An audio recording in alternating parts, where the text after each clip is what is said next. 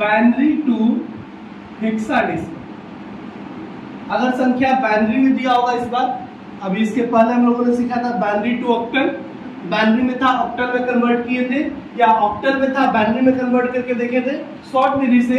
अब सीखेंगे binary to hexadecimal, यानी संख्या बाइनरी में दिया रहेगा और आपको कन्वर्ट करना रहेगा हेक्साडेसिमल। तो सबसे पहले आपको बता दूं, बाइनरी के अंक होते हैं 2 और हेक्साडेसिमल होते हैं 16। ओके, पहचान आपका यही हो जाएगा। कोई संख्या लेते हैं जैसे 11001, ये बाइनरी फॉर्म में, यहाँ 2 है इसमें, यानी बाइनरी फॉर्म में है, और आपको निकालना क्या है हेक्साडेसिमल। क्या 16 लिखा हुआ है, मतलब हेक्साडेसिमल का। तो शॉर्ट विधि में आपको बता रहा हूँ, शॉर्ट विधि से इसको कैसे सॉल्व करेंगे।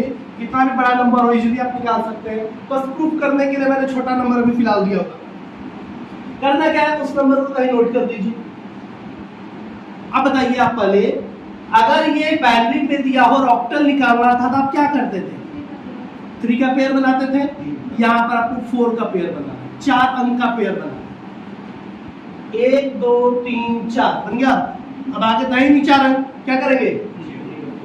3 शून्य बढ़ा दो तो बन जाएगा, 4 का पेयर हो गया।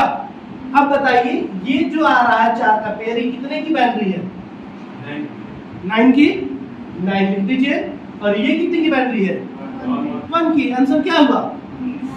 अब जाकर चेक कर लीजिए उस चार्ट में, ये जो बाइनरी है इतने का हेक्साडेसिमल 19 आ रहा है कि नहीं आ रहा है?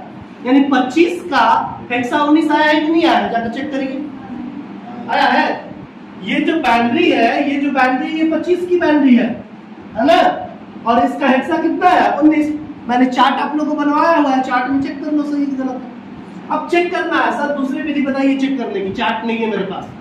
उस अवस्था में आप हेक्साडेसिमल टू बाइनरी कन्वर्ट कर दो और सेम आंसर आ जाए तो सही कहलाएगा। यानी अगर हेक्साडेसिमल में 19 है और आपको इसका बाइनरी फॉर्म निकाला और सेम आंसर आ जाए तो आप मानोगे ना कि सही है। अब निकाल लो 9 की बाइनरी कितनी होती है? 1001 और 1 की बाइनरी 1। ये आंसर है ना।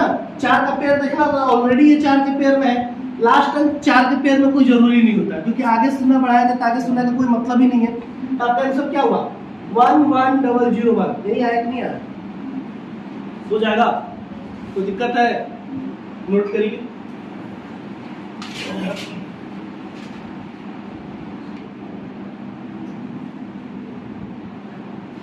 तो एक बड़ा क्वेश्चन देता हूं आप लोगों के सामने, फिर इसको सॉल्व करके देखते हैं कितना भी बड़ा नंबर हो तो ये कितना इजीली सॉल्व होगा। ये शॉर्ट तरीका बहुत ही कारगर होता है।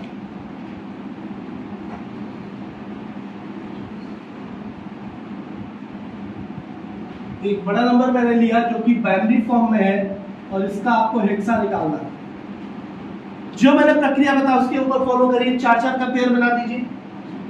1 2 3 4, 1 2 3 4, 1 2 3 4, 4 का पेयर बन गया। अब बताइए ये जो नंबर है कितने का बाइनरी है? कितने का है? 1110। 1110 14 का। ये देखिए ये कितने की बाइनरी है? 1 का। और ये कितने का बाइनरी है? 15 का। हो गया, आंसर आपका मिल गया। बताइए कि 15 और 14 हेक्सा में होता है? नहीं होता है। 15 को क्या बोलते हैं? F1 और 14 को E।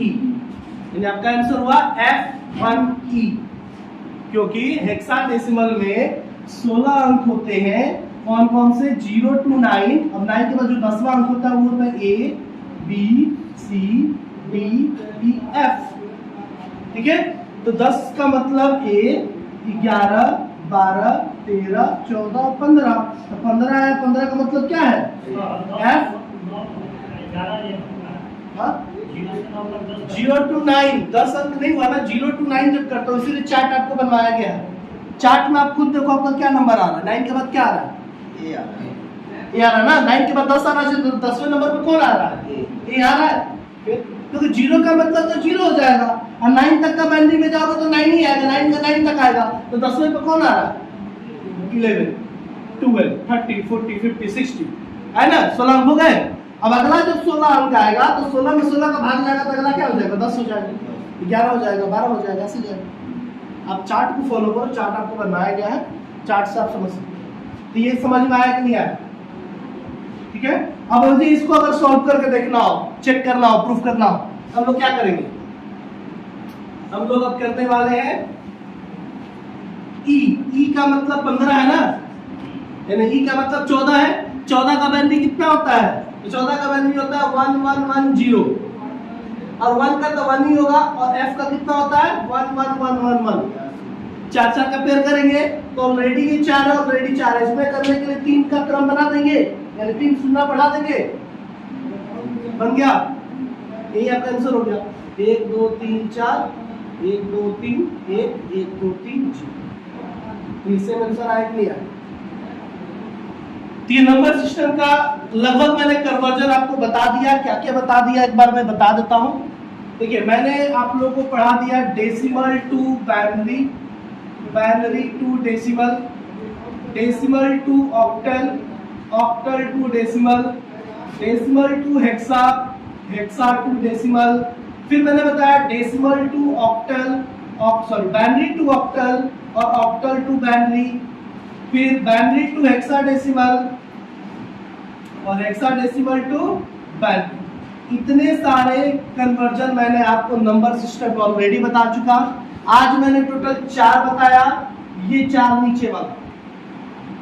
अगर फिर भी कोई दिक्कत रहे तो आप पहले एक बार मेरा वीडियो जाकर देख लो, और फिर भी कहीं दिक्कत लगे तो आप मुझसे फिर अगले क्लास में पूछ लेना। लेकिन अगले क्लास में आपको ये सारे कन्वर्जन आने चाहिए।